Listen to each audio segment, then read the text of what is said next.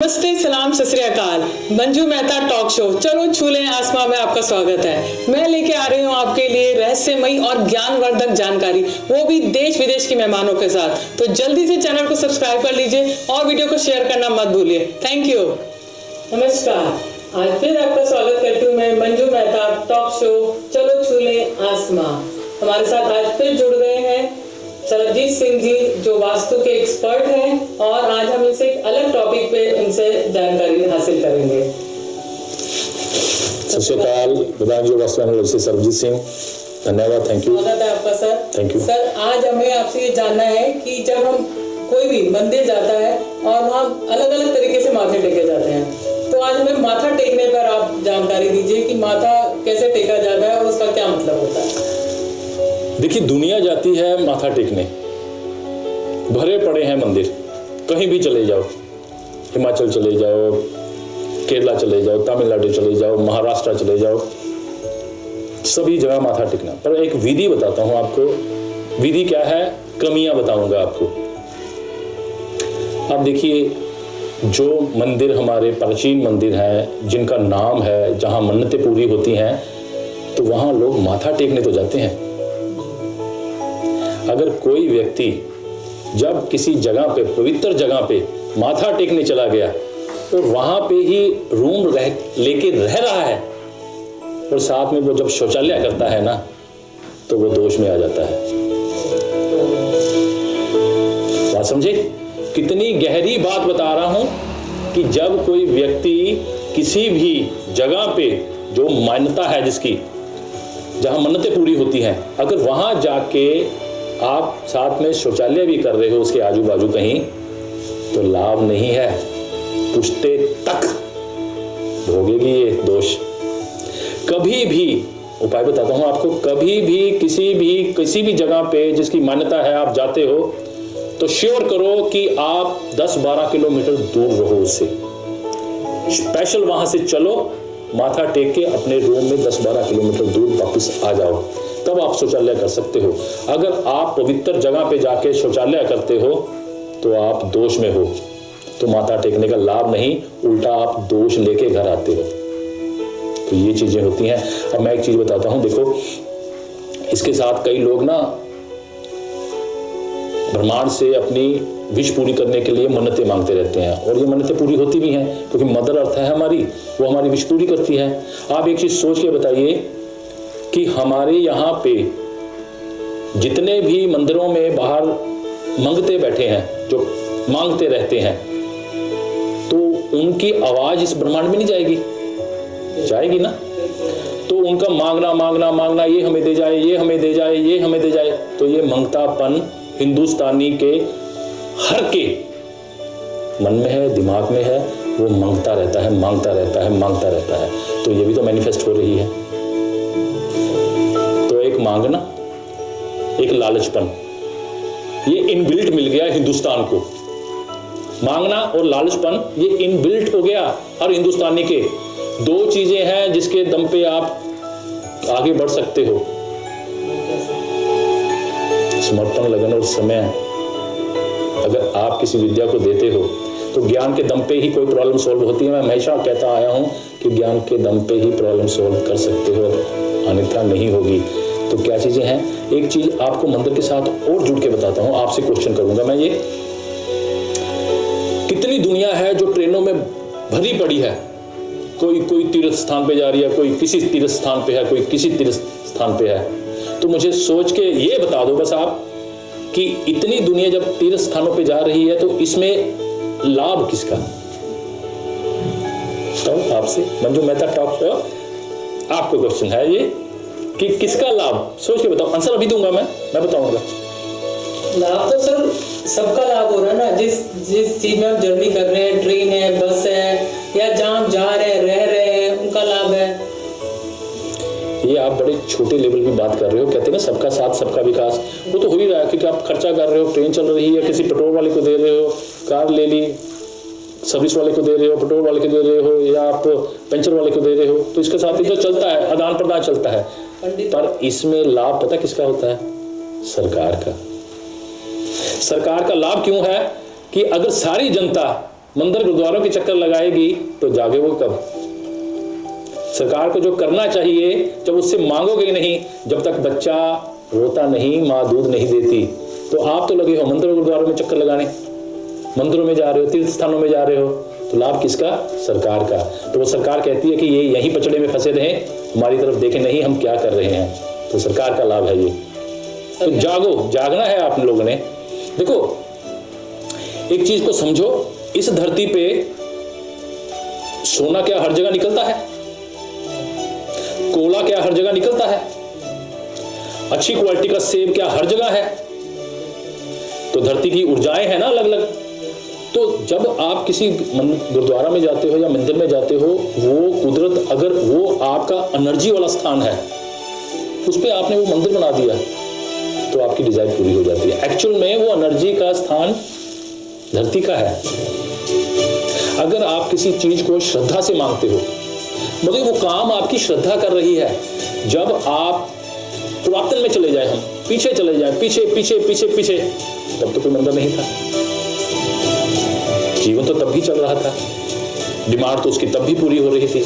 क्योंकि मैं मानता हूं कि किसी भी बंदे को कुदरत का सबसे नायाब तोहफा क्या है? उसके घर नमी जान का पैदा होना। ये तो तब भी हो रहा था, कुदरत तो फिर भी तोहफों से नवाज रही थी, उसको आगे बढ़ाती चली जा रही थी।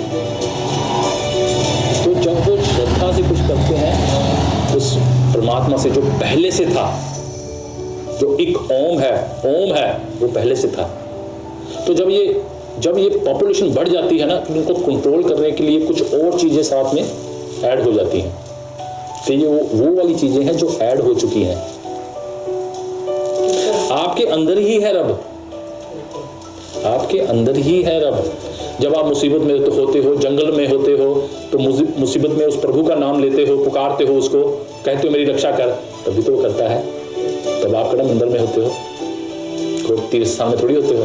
तब वो जो आपके अंदर है ना, वो कहता है ना, जो ब्रह्मंडे वही तत्पिंडे, जो तत्पिंडे वही ब्रह्मंडे। तो आपकी श्रद्धा को सलाम है। मैं अगर ऐसा कह दूं कि किसी हिमाचल में किसी पहाड़ियों में एक पत्थर को रख दूं, मैं कहूंगा इसको वैसे ही माथा टेकने आओ आप जैसे किसी तीर्थ स्थान में जाते हैं, तो मन्नत वो भी पूरी कर देगा। क्यों? क्योंकि आपने अंदर से जगा के आ रहे हो, क्योंकि आप एक श्रद्धापूर्ण उस तरफ जा रहे हो कि मैं माथा टेकना। अगर एक पत्थर रख दूँ, मैं कहूँ किसी 100 बंदों को कि यहाँ माथा टेक के विष मांगो, 100 में से 10 की पूरी हो जाएगी, तो 10 फिर 100 ले आएंगे, वो फिर 10 के आगे फिर 100 ले आएंगे, तो मेला लग जाता है। ऐसी चाल अपने आप से मांगो, देखो मैं क्या कर रहा हूँ, अपने आप को जगाओ, अपने आप को स्किल्ड करो कि मैं कहाँ से, क्योंकि पैसा समाज में घूम रहा है, पैसा ऐसे घूम रहा है। आप समाज को क्या देते हो कि उसके लिए वो आपको पैसा दे। बात इतनी सी है, चाहिए पैसा ना। लोग कहते हैं, अभी मेरे पास एक क्वेश्चन आया था अभी रिसेंटली कि जी परिवार बीमारियों से बहुत जूझ रहा है, तो कोई उपाय बताओ। आप सामने, जैसे एग्जांपल देता हूँ, सामने ये पर्सन कोई खड़ा हो जाए मेरे सामने आके, कैसी बीमारियां हैं, तो मैं इस पर्सन की बीमारियों के पीछे की जड़ता को जानना चाहूंगा ना, कि ये खान पान कैसे करता है, इसका जीन स्ट्रॉन्ग है या नहीं है, इसके बाप दादा ने एनर्जी को बहाया हो, हस्तमैथुन किया हो, सेक्स बहुत जबरदस्त किया हो, तो उसमें जान ही ना हो, तो वो जब बच्चा पैदा कर रहा है तो उसका बच्चा कैसा होगा? उसके बाद आप खाना खा रहे हो, मैं स्टेशनों पे देखता हूँ जब, तो वहाँ बैठे हुए लोग वहीं जमीन में बैठे हैं, वहीं खा रहे हैं, हाथ में नहीं धोते। मैं कई लोगों को देखता हूँ जो हाथ नहीं धोते। तो जितने भी मंदिर के बाहर बैठे हैं या रेलवे स्टेशन के पास झोपड़पट्टियों में रहते हैं, तो इनका लाइफ का साइकिल कम हो जाता है। क्यों हो जाता है? क्योंकि केयर नहीं है, हेल्थ के प्रति केयर नहीं है। जब हेल्थ के प्रति केयर नहीं होगे तो लाइफ साइकिल, और अगर केयर करोगे तो लाइफ साइकिल बढ़ जाता है। एक जीन्स ही है ना, मैं इस जीन्स को नर्चर करना है तो कैसे करूं? अच्छा करूंगा तो वो हेल्दी होगा। बाकी उम्र तो रब ने देनी है, पर अपनी तरफ से श्योर कर दो कि भाई मैं अगर बीमारी को फ्री रखना है किसी से अपने शरीर को, तो अच्छा खान पान, सिंपल बातें हैं। तो इसी तरह आप जब मंदिर में जाते हो ना, तो वहां पे आप शौचालय मत करो।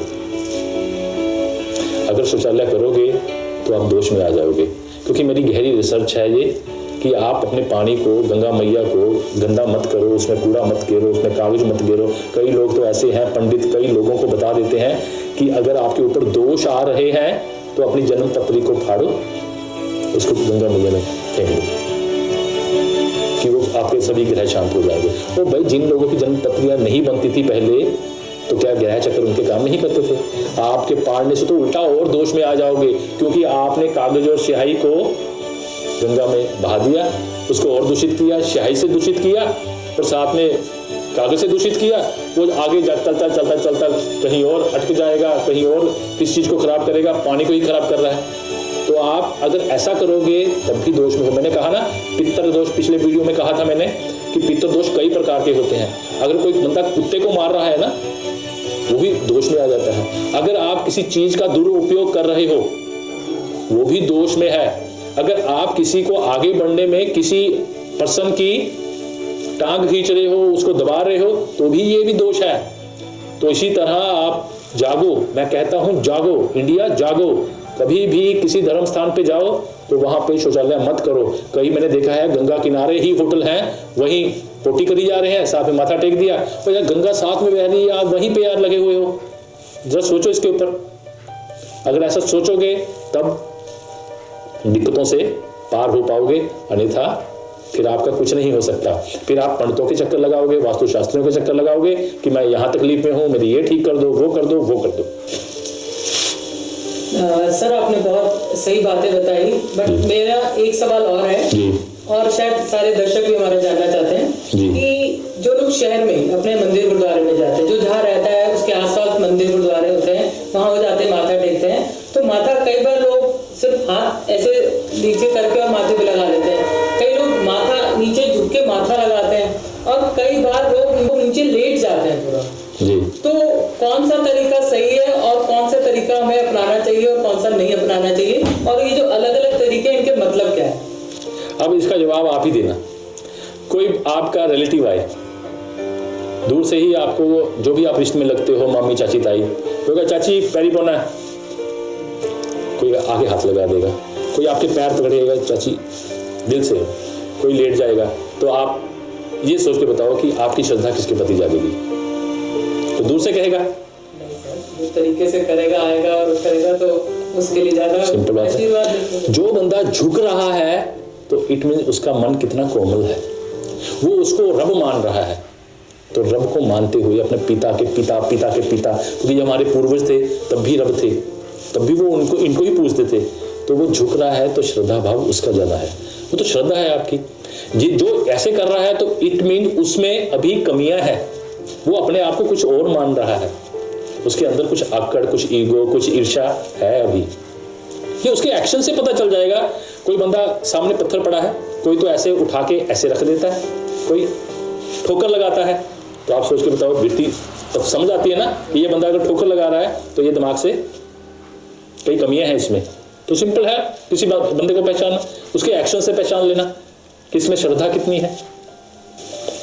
सर माथा टेकने पर एक चीज और सुनने में आती है कि जब किसी भी तीर्थ स्थान पे जाते हैं, धार्मिक स्थल पे जाते हैं, तो जो पुरुष हैं तो वो पूरा माथा नीचे जमीन पे लेट जाते हैं, तो उनको चलता है वो। और अगर वहीं पर कोई स्त्री, कोई फीमेल अगर पूरा जमीन पर पूरा लेट के माथा टेकती है, वो नहीं होना चाहिए। देखो जमीन पे लेटना, देखो ये है हमारे में, क्यों? क्योंकि मैं एक चीज मानता हूं, जिस शहर में स्पीड ब्रेकर ज्यादा होंगे, जिस शहर में स्पीड ब्रेकर ज्यादा है, तो वहां पागल लोग ज्यादा है।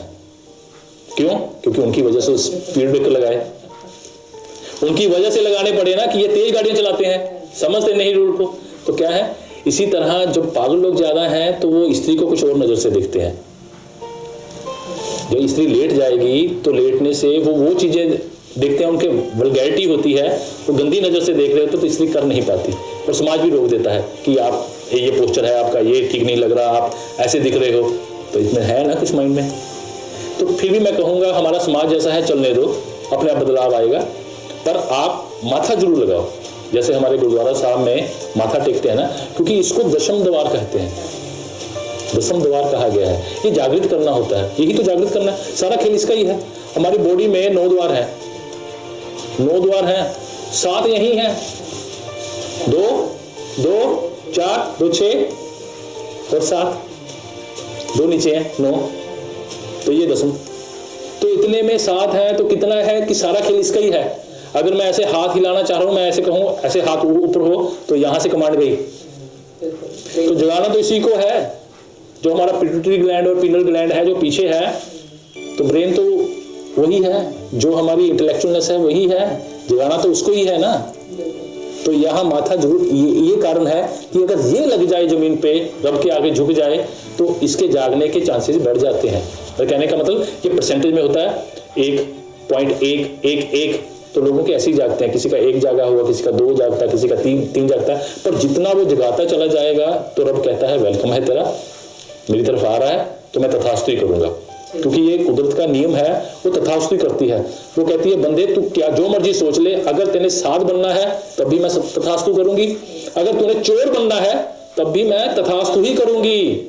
तू चोर टॉप क्लास का बन जाएगा, पर रिजल्ट बाद में मेरा होगा, फिर मैं दूंगी ना, जैसा काम कर रहा होगा। कितने लोगों को दुखी किया है, कितनों का पैसा लूटा है, तो उसका कर्म का फल भोगना पड़ेगा। तो ये चीजें हैं।